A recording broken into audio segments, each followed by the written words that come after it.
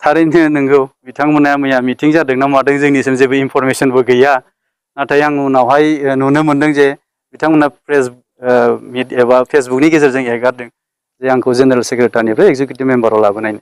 दा बबे खारनाव अबा बबे रिजनाव खालामदों आं बेखौबो मिथिया जोंनिसिमबो खबरबो फैयाखै जों मिन्थिनो मोनाखै दा आं बेखौसो बुजियो जे जोंनि खामानि मावनाया जोबोद मोजां जागासिनो दङखाय खिन्थु बिथांमोना माबा मोनसे बाजानायबो दं नामा दा आङो सानदों बेंगलि रावाव मोनसे दङ बिराद बाक्य दङ जोबोद गोनांथार जे काजेर समाय काजि काजेर सेसे पाजि दा बे आं बेखौसो नुहुरो आरो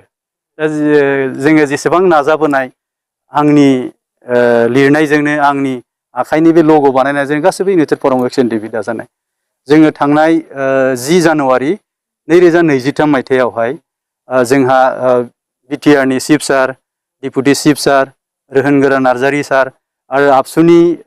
प्रतिनिधि जोंहा मानगोनां आफादगिरि दिपेन बर' बिथां आरो आसामनिफ्राय चिफ सेक्रेटारिनिफ्राय लानानै प्रिन्सिपाल सेक्रेटारि गासैबो जयैनो ट्रिपार्टाइट टक जादोंमोन दा बेवहाय दिल्लीयावहाय जोङो थांनानै 10 तारिख खालि बेवहाय आं फुटाप खालामदों जे जोंनि भुटान जेलाव थानाय नेपाल जेलाव थानाय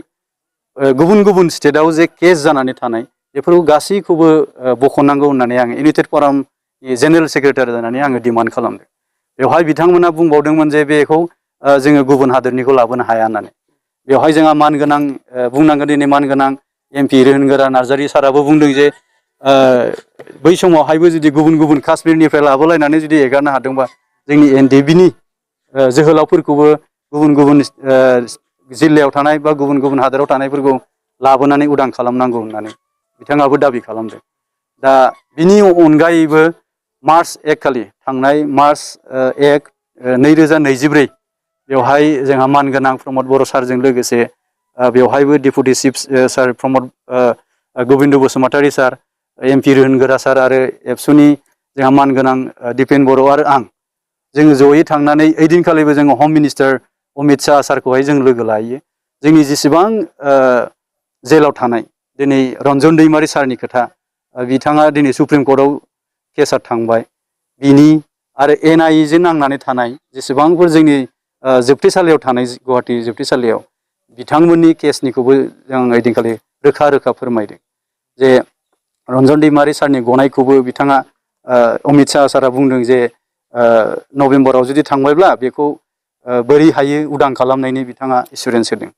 लोगोसे एनआइएनि केसनिखौबो बिथाङा नोजोर बोनानै हगारनायनि माबाखौनो बिथाङा रायलायदों एनआइएनि जेसेबां डाइरेक्टर दङ गाव रायलायनानै बे खामानिखौ मावलांगोन होननानै बुंदों दा दिनै जोंहा नेपालनि जोबथेसालियावबो सासे दङ केशव पुयेल होननाय बिथाङा बाथाबारिनि बिथांनिखौबो दिनै बख'नायनि राहा लामायाव लादों थांनाय 4 दाननि सिगां जोंनि बिटिआर सरकारनिफ्राय मानसि सानै दैथायहरनानै अलरेडि बेखौ प्रसेस खालामहैबाय बिथाङाबो थाबैनो उदां अखाराङाव नुजाफैगोन होननानै जोङो आसा खालामो दिनैनि दिनाव बिथांमोना बबे रिजनखौ लानानै बबे माबाखौ लानानै जे बिदि खामानि मावदों आं बेखौ मिथिया हयथ' बिथांमोना गावसोरसो मिथिगोन मा रिजन लानानै होदों एसेनोसै थानो हागौ आंबो बेखौनो बुङाबा जों गासैबो टिमानो जों बेखौनो सानदों थानो हागौ हयथ' माबा मोनसे खैसा थानो हागौ जायनि फलाव बिदि जादों दा जियानो जाया मानो जोङो दिनै सरकारजों थानानै जुदि जों खामानिखौ मावाब्ला दा जोंनि थालांनाय खामानिफोरखौ सोर मावगोन